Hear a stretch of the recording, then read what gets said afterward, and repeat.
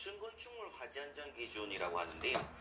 일단 화재 안전 기준에 보면 제일 먼저 그 목적, 그 다음 용어 정의가 나오는데, 화한계에 있는 용어 정의 보면 고층 건축물이란 건축법 2조 1항 19 규정에 따른 건축물을 말한다 라고 하고요.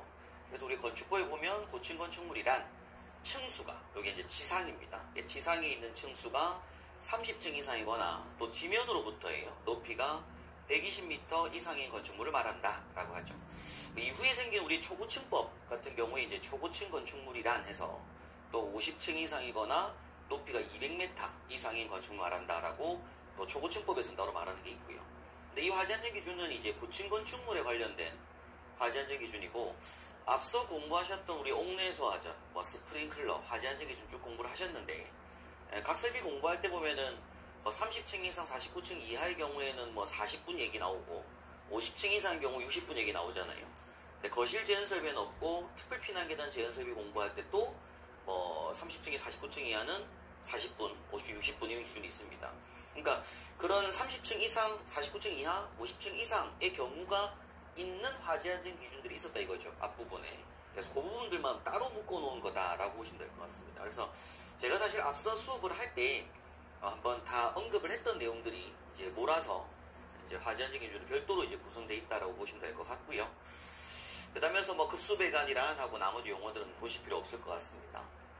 자, 그러면 이제 이 고층 건축물 화재 안전 기준상에 이제 수록되어 있는 내용들을 보면 일단 옥내소화전. 옥내소화전 우리 수원 앞서 공부할 때 n 곱하기 2.6톤 공부를 했다가 제가 30층에서 49층 이하일 때는 n 곱하기 5.2 그리고 50층 이상일 때는 n 곱하기 7.8이라고 앞서 수업을 한번 했었거든요. 옥내소화전 할 때. 근데 그리고 그때는 또 기준개수 n을 제가 5개라고 말씀드리면서, 그러니까는 그 30층이 안 되는 29층 이하까지는 2 곱하기 2.6으로 공부를 했었고, 30 이상부터는 5 곱하기 5.2가 되고 5 곱하기 7.8이 된다고 앞서 수업도 말씀드렸던 그 내용들이 따로 정리되어 있는 거다라고 보시면 될 것 같습니다. 그 다음에서 이제 스프링클러도 마찬가지로 우리가 이제 1.6, 3.2, 4.8 했잖아요. 그죠? 층수에 따라서.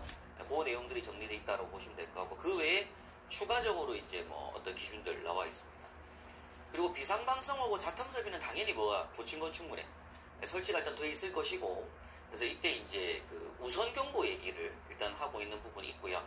자탄 같은 경우에는 이제 고층 건축물일 때 당연히 R형 쓸 거예요. 이건 고층 건축물은 당연히 R형 수신기를 쓸 거라서 R형 관련된 내용으로 설명이 돼 있다라고 보시면 될 것 같습니다.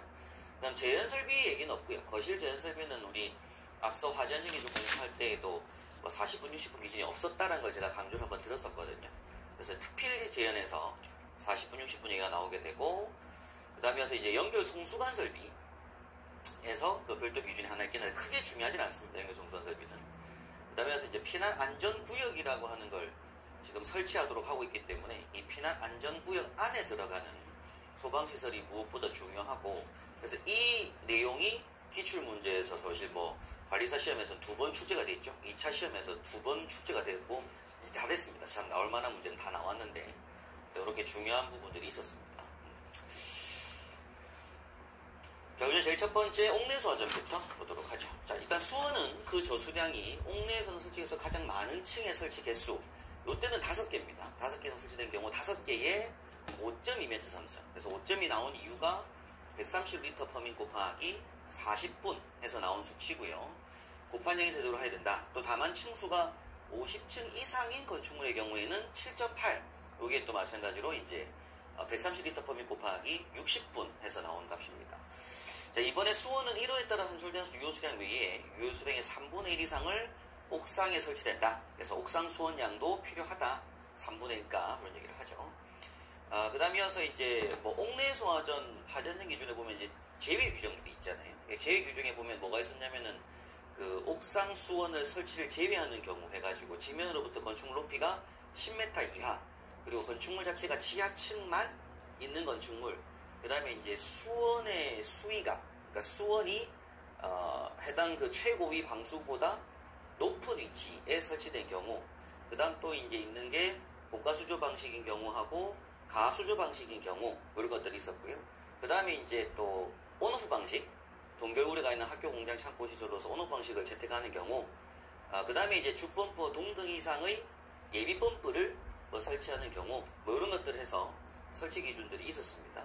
그래서 그 내용들 중에서 제가 3호 또는 4호인데 3호 또는 4호에 해당하는 경우는 그러하지 않았다 해가지고 고가 수조랑 수원이 위에 있는 거, 고가 수조 방식의 경우하고 수원이 최고의 방수보다 높은 위치 설치된 경우, 일단 두 가지를 말하고 있는데 결국에는 고가 수조 형태죠.